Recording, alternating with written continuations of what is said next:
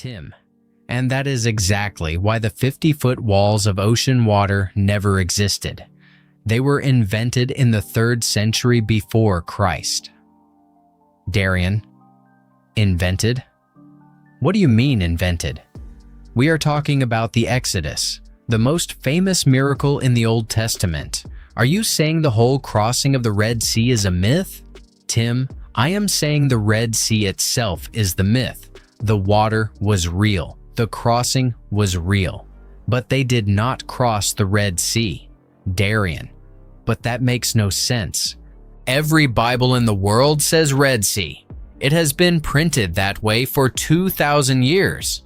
Are you telling me every single translator got it wrong? Malcolm.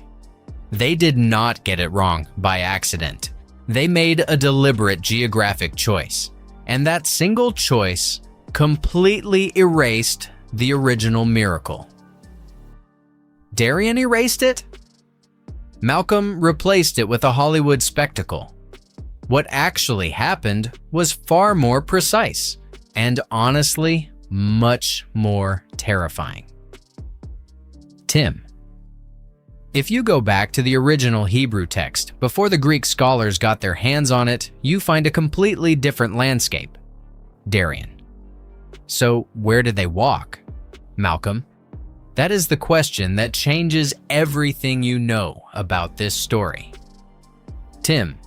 Because what they walked through was not an ocean. It was a death trap. Darian. A death trap? Malcolm. Yes. And to understand how it worked, we have to look at the exact words they used before those words were overwritten by an empire. Tim. Let us look at the document that started this entire cascade of translation errors. The Septuagint. Darian. The Greek translation of the Hebrew Torah. Tim. Exactly. Created in Alexandria, Egypt, around 250 before Christ. This is where the damage was done. Darian damage is a strong word. These were scholars. They knew both languages perfectly.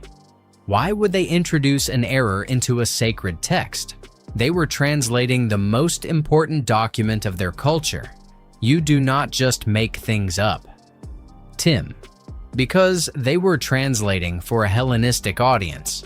And in the Greek geography of that era, the term they used covered the entire Indian Ocean and all its northern gulfs. They were not trying to be precise. They were localizing a geographic concept for Greek readers. Malcolm. The phrase they chose was Erythra Thalassa, the Red Sea, but that is not what the Hebrew text says. Darian. What does the Hebrew text say? Tim Yam Suph. Darian Yam Suph. I have never heard that phrase in my entire life. Malcolm. Literally, the Sea of Reeds, or the papyrus marsh. Darian, wait. Are you telling me that Moses and the Israelites did not cross an ocean? They crossed a swamp? Tim. A shallow, muddy, freshwater reed lake in the eastern Nile Delta, a papyrus marsh. Darian. That cannot be right. I mean, if it is just a shallow marsh, there is no miracle. They just waded through ankle-deep water during low tide. Anyone could do that. Malcolm. That is exactly the skeptical argument that has been used for over a century. If Yam Suph means Sea of Reeds, then the whole story is just a mundane walk through a puddle, blown out of proportion by ancient writers. People look at the translation and assume the original text was just a mythological exaggeration of a normal Tuesday. Tim. But that argument completely ignores the physical reality of the Egyptian delta. Darian. What physical reality? A marsh is a marsh. It is not a towering wall of crushing ocean water.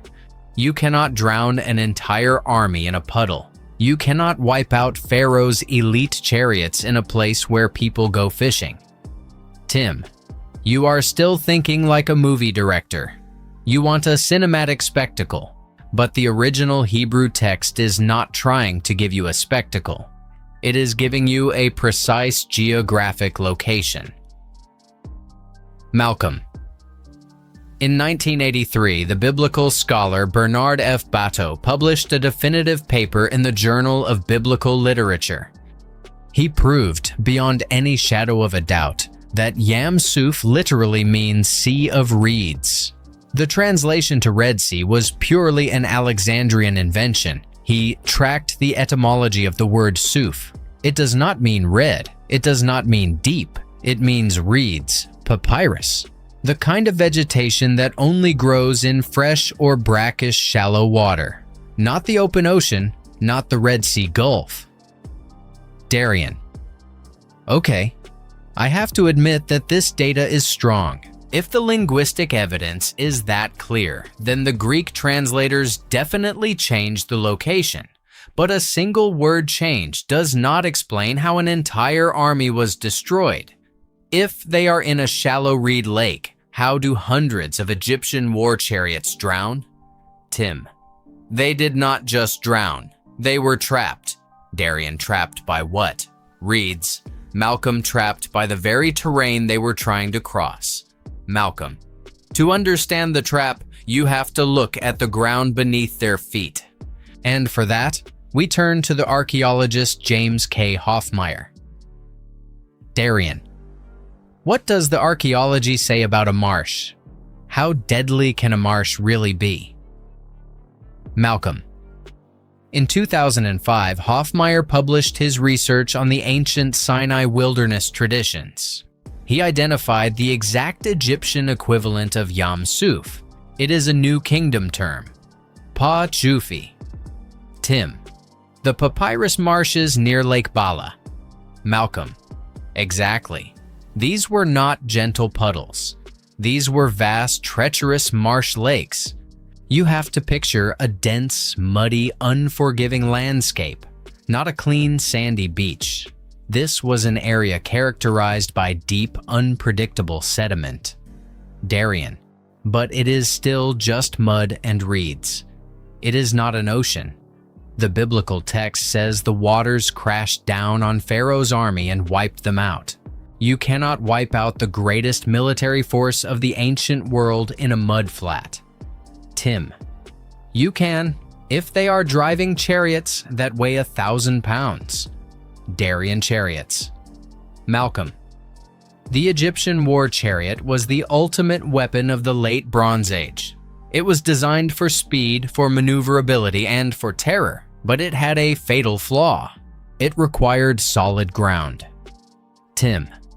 Imagine hundreds of these massive armored vehicles driven by heavy horses and soldiers in bronze armor, charging into a wet papyrus marsh. The ground looks solid from a distance. The Israelites, traveling on foot, distributing their weight, managed to cross. But a chariot is different. Darian, they would sink. Malcolm, instantly. The narrow wooden wheels would slice through the top layer of sediment and embed themselves deep into the thick, holding mud of the delta. Once the wheels are buried up to the axles, the horses panic.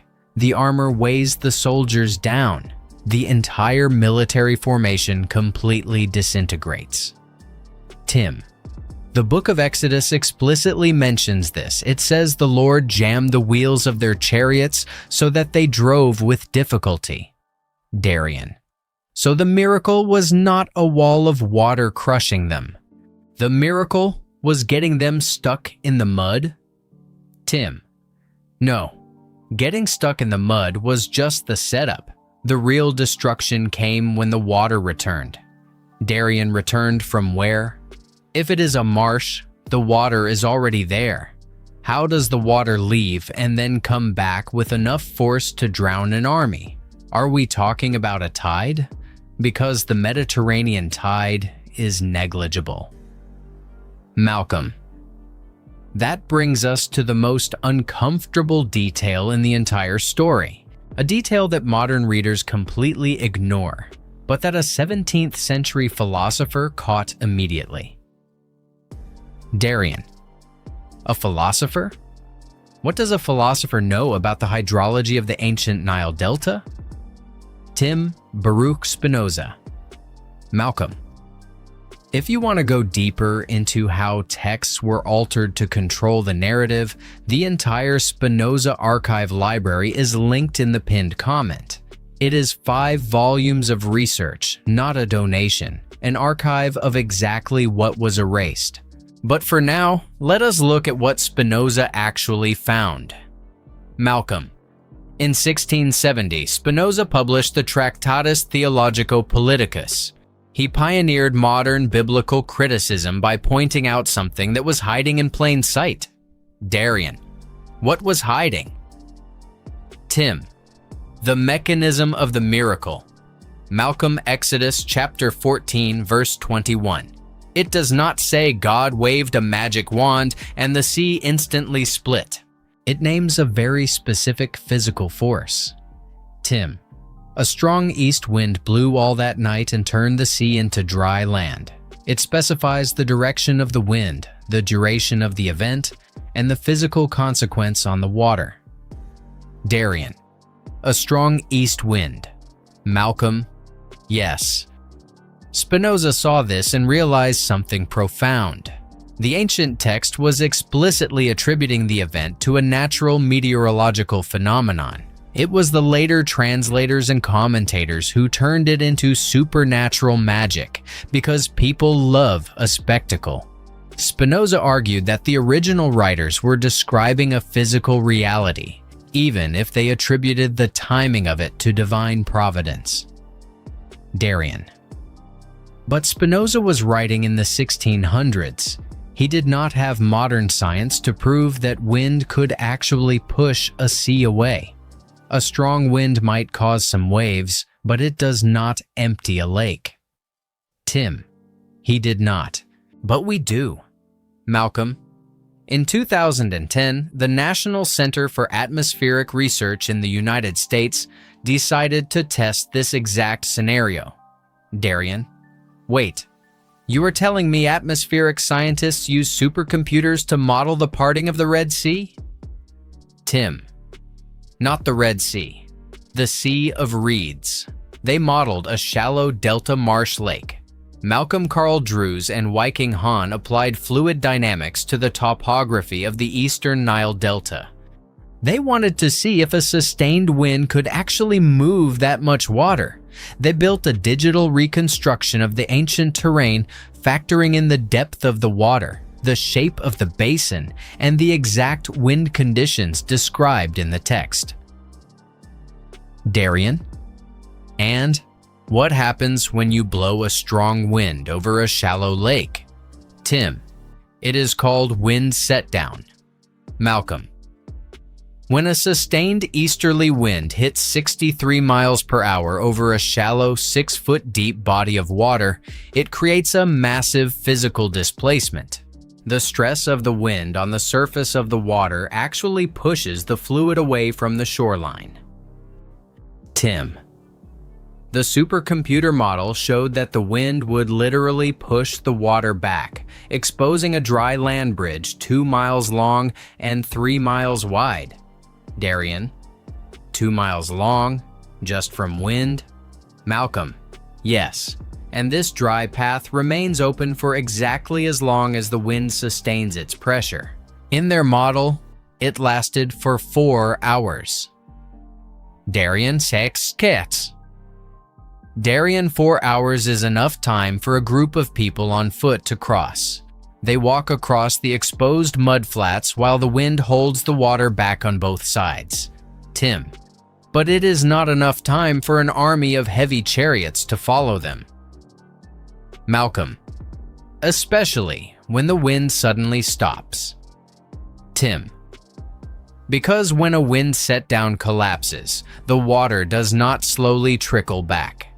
It rushes in from both sides like a violent bore wave.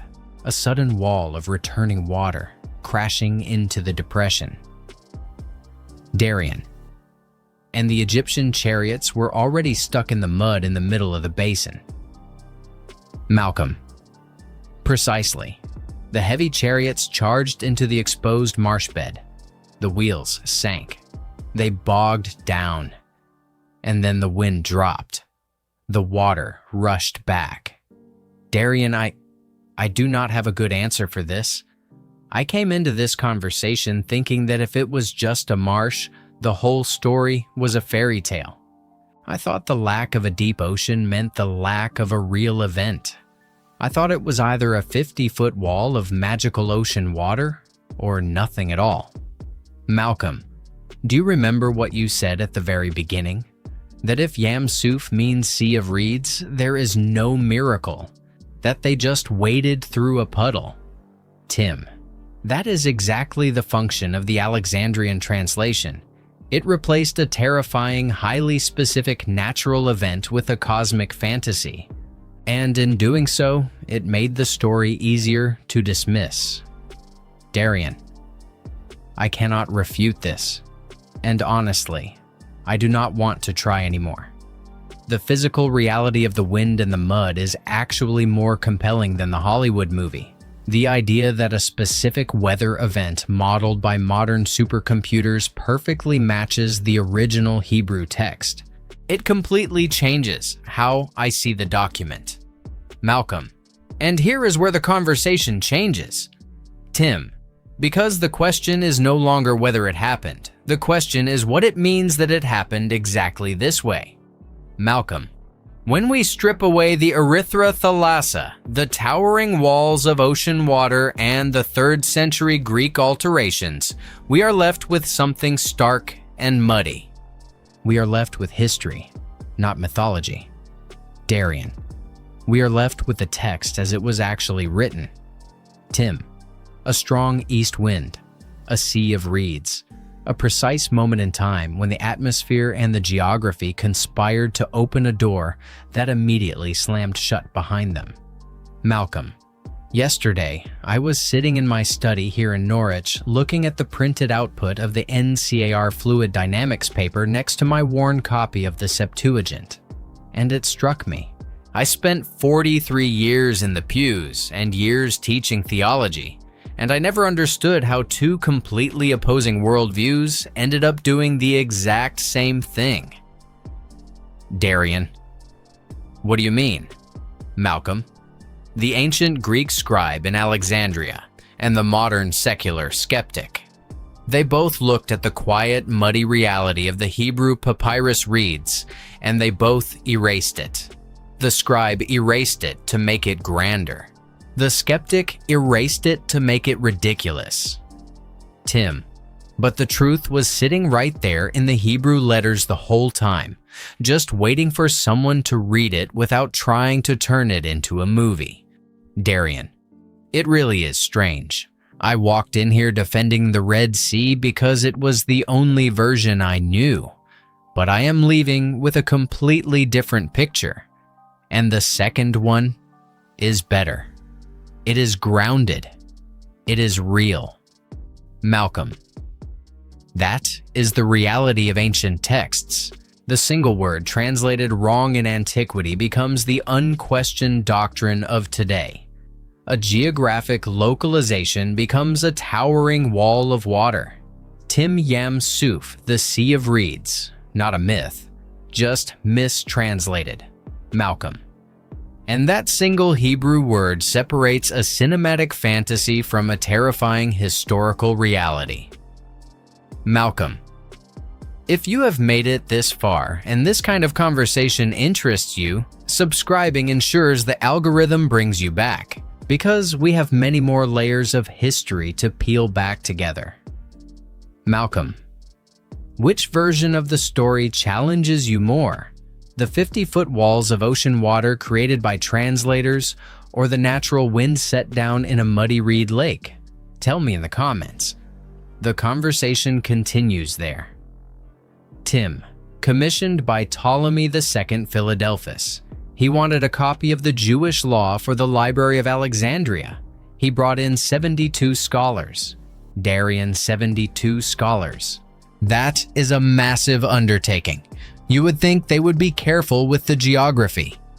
Malcolm, you have to understand the mind of an Alexandrian scholar in the 3rd century. Alexandria was a Hellenistic metropolis. It was Greek in its thinking, its culture, its map of the world. When they encountered a highly localized Hebrew term for a marsh in the eastern delta, they did not have a Greek equivalent that carried the same weight, Tim. So they swapped it out. They looked at the broader geography, saw the Gulf to the south, and used Erythra Thalassa, Darien. And in doing so, they moved the miracle from a swamp to an ocean. Tim Batto went through the ancient cognates. In Egyptian, the word for papyrus is ďwfy. The Hebrew word is suph. It is a direct loan word. Darien, a loan word, meaning the Hebrews borrowed the Egyptian word for papyrus to describe the location. Malcolm. Exactly. The text was screaming its location, a papyrus marsh. But because the Septuagint translated it as Red Sea, every subsequent translation followed the Greek, not the Hebrew. Jerome followed it in the Latin Vulgate. The King James translators followed it in 1611. They all inherited a geographical error. Darien. 1,000 pounds? I always pictured them as light, fast vehicles, like in the movies. Malcolm.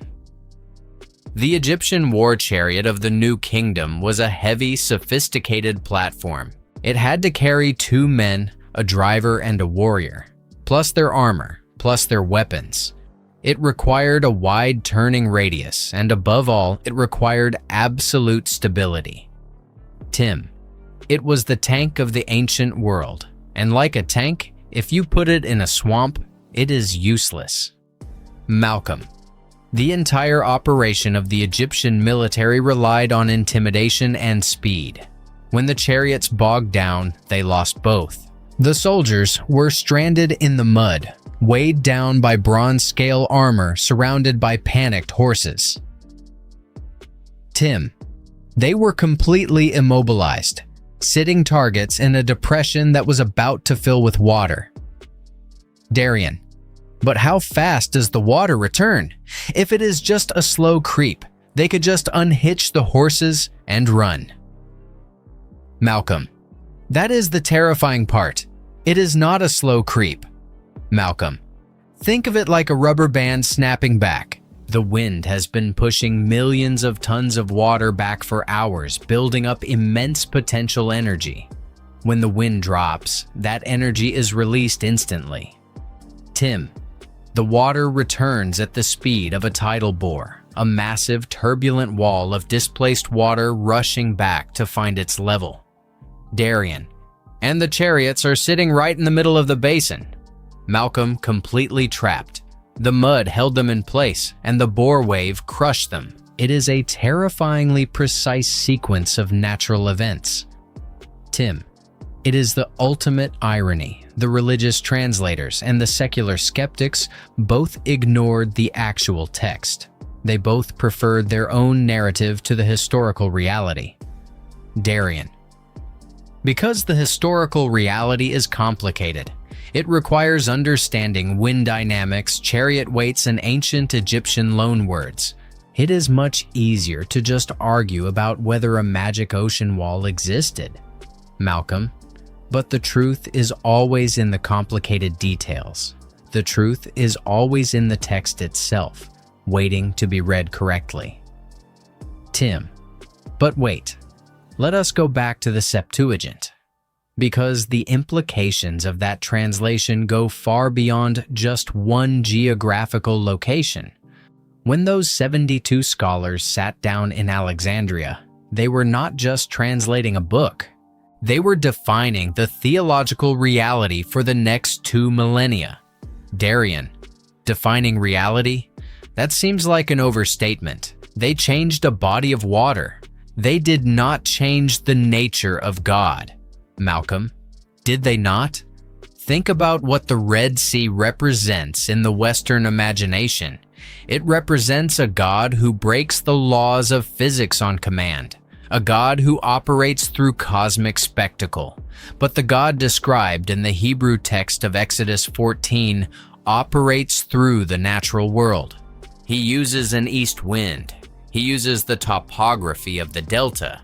He uses the mud. It is a completely different theological framework. Tim, the Greek translation created a god of magic. The Hebrew text describes a god of nature. Darian, I never thought about it that way.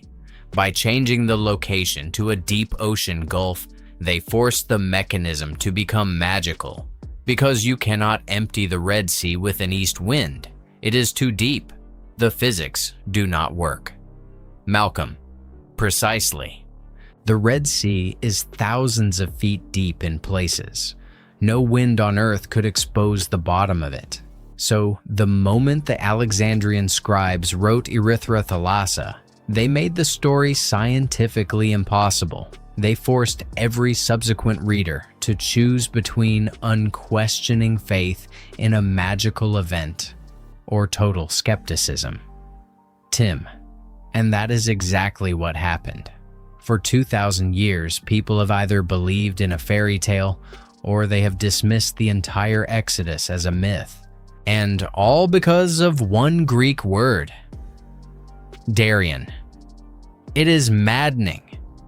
The amount of ink that has been spilled, the amount of arguments that have been had, all over a mistranslation. Malcolm. This is why Baruch Spinoza was so dangerous to the religious establishment of the 17th century. He understood that the text had been layered over with centuries of interpretation. He wanted to strip away the theology and look at the raw data. Tim, when Spinoza read the Hebrew, he did not see a fairy tale. He saw a historical account of a natural event. He saw the east wind. Darian. But if Spinoza saw it in 1670, why did it take until 1983 for Batto to publish his paper on Yam Suph? Why did it take until 2010 for the atmospheric scientists to model the wind set down? Why did we ignore Spinoza for 300 years? Malcolm, because spectacles are easier to sell than mudflats. The church did not want a natural miracle. They wanted a supernatural one. They wanted the 50-foot walls of water. It makes for a better sermon. Tim, and it makes for a better movie. Hollywood did not invent the spectacle, they just perfected it. But they were working from a script written in Alexandria in 250 before Christ. Darian. Okay, let us talk about the wind set down again. The National Center for Atmospheric Research. They modeled a 63-mile-per-hour wind. Is that even possible in that region? Is that a realistic weather event? Malcolm. It is rare, but it is entirely possible. It is a specific type of storm system, and the geography of the eastern Nile Delta, with its shallow lakes and unique topography, is perfectly suited for a wind set down. In fact, similar smaller-scale events have been recorded in modern history. The water in shallow basins can literally be pushed away by sustained winds. Tim. The supercomputer model did not just show that it was possible, it showed exactly how it would happen. The wind pushes the water back, exposing a land bridge, and as long as the wind holds, the bridge holds. Darian. So the Israelites cross during the night. The wind is howling. The ground is muddy but passable on foot, and then Pharaoh's army arrives. Malcolm. They see the exposed land bridge. They see their prey escaping. And in the darkness and the chaos, they make a fatal tactical error. They drive heavy chariots into a marsh bed. Tim. They do not realize the danger until it is too late. The wheels sink. The axles drag. The horses cannot pull the weight. Darian. And then the wind stops. Malcolm. The sudden cessation of the wind pressure releases the trapped water. The bore wave crashes back into the basin. The army is obliterated. Tim. It is a perfect trap, and it relies entirely on the specific geography of the papyrus marshes, the Sea of Reeds, Yam Suph. Darian. It is incredible. The more you look at the physical reality, the more terrifying the story becomes. It is not a cartoon. It is a brutal natural catastrophe. Malcolm. And that is the tragedy of the Septuagint. By trying to make the story grander, they actually made it less real. They traded a terrifying historical reality for a cinematic fantasy. Tim. And they separated us from the true nature of the event for 2 millennia. Darian. Defining reality? That seems like an overstatement. They changed a body of water. They did not change the nature of God. Tim. The Greek translation created a god of magic. The Hebrew text describes a god of nature. Darian. It is maddening. The amount of ink that has been spilled, the amount of arguments that have been had, all over a mistranslation. Tim. When Spinoza read the Hebrew, he did not see a fairy tale. He saw a historical account of a natural event. He saw the east wind. Darian. So the Israelites cross during the night. The wind is howling. The ground is muddy but passable on foot. And then Pharaoh's army arrives. Tim. They do not realize the danger until it is too late. The wheels sink. The axles drag. The horses cannot pull the weight. Darian. And then the wind stops. Malcolm. The sudden cessation of the wind pressure releases the trapped water. The bore wave crashes back into the basin. The army is obliterated. Tim. It is a perfect trap, and it relies entirely on the specific geography of the papyrus marshes, the Sea of Reeds, Yam Suph. Tim. And they separated us from the true nature of the event for 2 millennia. If you know someone still trapped in religious fear, someone who needs to know the historical truth, share this with them, anonymously if you have to. Sometimes one video changes everything.